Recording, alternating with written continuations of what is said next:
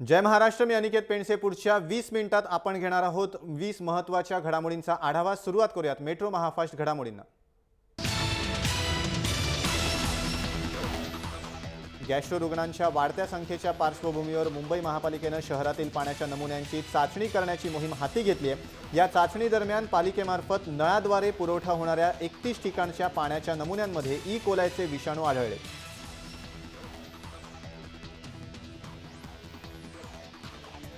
पावसाने लावलेल्या दमदार हजेरीमुळे मुंबईकर सुखावलेत। पावसानंतर हवामानातील बदलामुळे मुंबईकरांची तब्येत खराब होऊ शकते। यावेळी आरोग्याकडे दुर्लक्ष न करता तात्काळ डॉक्टरांचा सल्ला घेणे आवश्यक आहे, कारण ताप अंगावर काढल्यास मुंबईकरांना मलेरिया, डेंग्यू किंवा स्वाइन फ्लू अथवा लेप्टोस्पायरोसिस होण्याचा धोका आहे। मुंबई शहर राहणीमानाच्या बाबतीत देशातील सर्वात महागड शहर ठरले। Seattle, Frankfurt, Canberra, Berlin, Istanbul या शहरांपेक्षाही मुंबईचं राहणीमान महाग आहे, असा निष्कर्ष मर्सर या जागतिक संस्थेच्या पाहणी अहवालात समोर आलाय। मुंबईला राहणीमानाच्या खर्चाच्या दृष्टीने 82वा क्रमांक मिळालाय। मुंबईच्या दाटीवाटीने वसलेल्या झोपडपट्टीत प्रत्येक झोपडीत शौचालय बांधणं अशक्य असल्याचं पालिकेच्या लक्षात आलंय।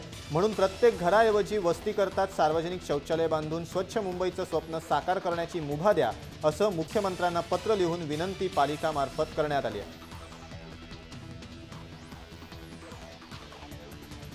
खड्डे आणि खराब रस्त्यांच्या सततच्या समस्येची मुंबई पालिका आणि अन्य यंत्रणा एकत्रितपणे निवारण करावं, तसंच नागरिकांना त्याबाबतच्या तक्रारींसाठी आवश्यक ती यंत्रणा उपलब्ध करून देऊन त्या दूर कराव्यात, असे आदेश उच्च न्यायालयानं पुन्हा एकदा दिलेत।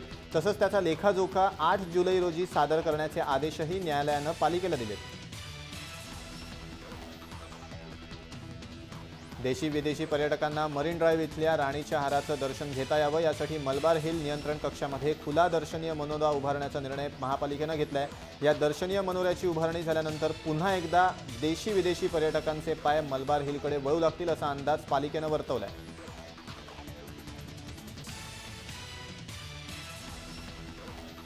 मुंबई पुणे द्रुतगती महामार्गावर बेदरकारपणे गाडी चालवणाऱ्यांविरोधात आरटीओच्या फ्लाइंग स्क्वॉडच्या वाहनांवर कॅमेरे बसवण्यात आले। त्याद्वारे वाहतूक नियमांचं उल्लंघन करणाऱ्यांना दंडात्मक कारवाईची नोटीस थेट घरी पाठवण्यात येणार आहे। ही योजना प्रायोगिक तत्वावर राबवण्यात येईल, अशी माहिती परिवहन मंत्री दिवाकर रावते यांनी दिली आहे। राज्य महामार्गावर प्रवास करताना महिलांची गैरसोय टाळण्यासाठी येत्या काळात महामार्गालगत तब्बल 400 स्वच्छतागृह उभारण्यात येणार आहेत। प्रत्येक 100 किलोमीटर अंतरावर एका स्वच्छतागृहाची सोय उपलब्ध करून दिली जाणार आहे।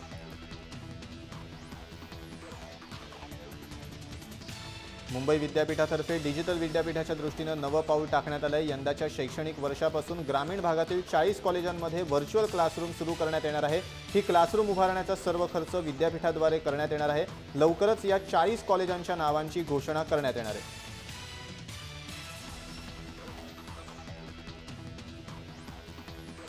मुंबईतील अनेक शाळांमध्ये आयोजित करण्यात येणाऱ्या कार्यक्रमाच्या दरम्यान फटाके आणि आतषबाजी केली जात होती। या फटाके आणि आतषबाजीस आता शिक्षण विभागानं मनाई केली आहे। यापुढे मुंबईतील शाळा आणि ज्युनियर कॉलेजांमध्ये कोणत्याही कार्यक्रमात फटाके वाजवणं म्हणजे आणि आतिषबाजीला मनाई करण्यात आली आहे। शिक्षण निरीक्षक विभागानं हे आदेश जारी केलेत। ओला, उबर सारख्या टॅक्सींच्या दरांवर नियंत्रण ठेवण्यासाठी राज्य सरकार लवकरच नवीन धोरण अंमलात आणणार आहे। मुख्यमंत्री देवेंद्र फडणवीस यांच्या मान्यतेनंतर धोरण लागू करण्यात येईल, अशी माहिती राज्याचे परिवहन मंत्री दिवाकर रावते यांनी दिली आहे। नव्या धोरणामुळे ओला, उबर अशा कंपन्यांच्या मनमानी कारभाराला चाप बसणार आहे। हँकॉक पूल पडल्यामुळे स्थानिकांची गैरसोय टाळण्यासाठी पूल बांधून होईपर्यंत तात्पुरता पादचारी पूल बांधायचा की नाही, यावरून रेल्वे आणि पालिकेमध्ये चांगली जुंपली आहे। अडचणींचा पाढा वाचत हा पूल उभारणं शक्य नसल्याचं रेल्वेनं आधीच स्पष्ट केलंय। मात्र हा पूल बांधणं शक्य असून रेल्वेलाच तो नकोय, असा आरोप पालिकेनं मंगळवारी उच्च न्यायालयात केलाय।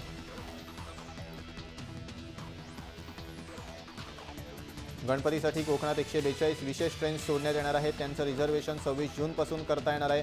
सीएसटी, दादर, कुर्ला आणि पनवेल इथून या विशेष ट्रेन्स सुटणार आहेत। गणेशोत्सवासाठी कोकणात जाणाऱ्यांची संख्या लक्षात घेता मध्य रेल्वेनं या विशेष ट्रेन्सची सोय केली आहे।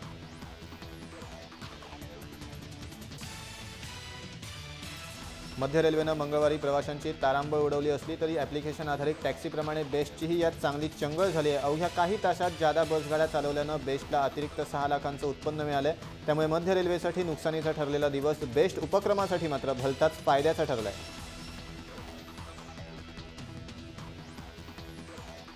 वाशी आणि नेरूळमधील धोकादायक इमारतींमध्ये राहणाऱ्या 2003 कुटुंबियांना आयुक्त तुकाराम मुंढे यांनी दिलासा दिलाय। शासकीय समितीकडे प्रलंबित असलेल्या पुनर्विकासाच्या 8 प्रकल्पांना तात्काळ मंजुरी दिली आहे। यामुळे पुनर्विकासासाठी बांधकाम परवानगी घेण्याचा मार्ग मोकळा झालाय। ठाणे बेलापूर मार्गावरील ऐरोली रेल्वे स्थानकानजीक MIDCनं उभारलेला स्कायवॉक चुकीच्या ठिकाणी आहे। या स्कायवॉकसाठी 2,96,00,00,000 रुपये खर्चून करण्यात आलाय। स्कायवॉकचा नागरिकांसाठी कोणताही उपयोग नसून त्यावर सध्या प्रेमी युगुलांसाठी आसरा बनल्याचा आरोप रहिवाशांनी केलाय।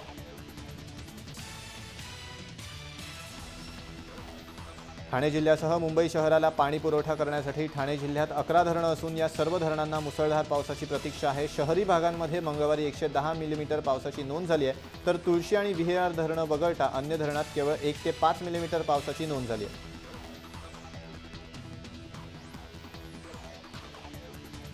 मोकळे रस्ते, फुटपाथ, सार्वजनिक जागांवर अतिक्रमण करणाऱ्यांची यापुढे खैर नाही। अशी अतिक्रमण करणाऱ्यांवर MRTP कारवाई करण्याचा निर्णय ठाणे महापालिकेनं घेतलाय। अतिक्रमणकर्त्यांविरुद्ध स्थानिक पोलीस ठाण्यांमध्ये MRTP अंतर्गत गुन्हे दाखल केले जाणार आहेत।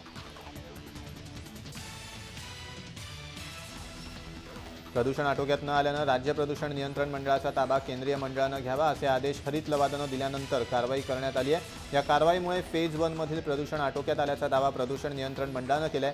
दुसऱ्या फेजमधील कामाला अजून पुरेसं यश आलेलं नाही, मात्र डोंबिवलीतील प्रदूषण नियंत्रणात येत असल्याचं मंडळाचं म्हणणं आहे।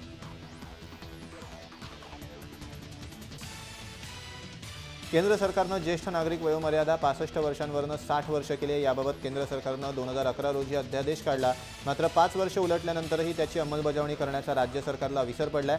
तर प्रत्यक्ष अंमलबजावणी कधी करणार असं सुनावत उच्च न्यायालयानं राज्य सरकारला धारेवर धरलंय।